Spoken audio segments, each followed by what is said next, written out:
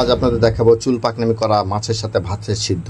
তার জন্য প্রথমে আমরা সমুদ্র থেকে মাছ আনি এবং সেই মাছগুলোকে গোলাবাদের সাথে মিশিয়ে মাছের আঁশগুলো আলাদা করার চেষ্টা করি এবং আমরা সফলভাবে মাছের আঁশগুলো আলাদা করি এবং মাছগুলো ফেলে দিই। তারপরে বুড়িগঙ্গার পরিষ্কার পানি দিয়ে ধৌত করতে হবে। তারপর ইন্ডিয়া থেকে আনা বিভিন্ন বনের ওষুধের গাছ, সেগুলো এক গাইনি বিশেষজ্ঞ ডাক্তার দ্বারা অপারেশন করা হয় এবং সেই অপারেশন করতে করতে আমরা পাশের নর্দমা থেকে কিছু চুচড়া পাতা সংগ্রহ করি এবং সেই চুচড়া পাতাগুলো সংগ্রহ করার পরে আমরা সেই বুড়িগঙ্গার পানি অথবা হারপিকের পানি দিয়ে আপনি পরিষ্কার করতে পারেন। আরেকজন বিশেষজ্ঞ ডাক্তার সে আমাদের জন্য হার্বালের ওষুধ বানাচ্ছে, কারণ আমরা শুনতে পেরেছি মাসে নাকি চুলকানি হয়েছে।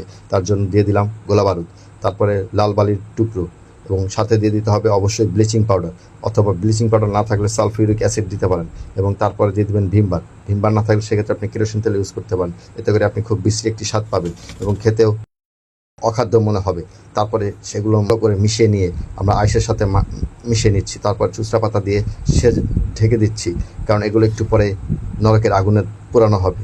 তারপর আমরা দিয়েছিলাম ভাতের সিদ্ধ, সেই ভাত সিদ্ধর উপরে আমরা এটাকে সেট করে দেব এবং সেট করে দিয়ে 3 দিনের জন্য কমায় চলে যাবেন এবং অপেক্ষা করবেন। 3 দিন পরে সেগুলো তুলে নেওয়া হবে এবং তারপর তুলে নেওয়ার পরে দেখা যাবে কেমন হয়েছে।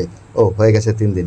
তারপর এক এক করে সব উঠাতে হবে এবং সব সাজিয়ে রেখে একটা কোরিয়ান বেলচা দিয়ে সেগুলোকে ভর্তা করে নিতে হবে এবং তারপরে আপনি মুখে দিয়ে দেখতে পারেন এটা কেমন হয়েছে।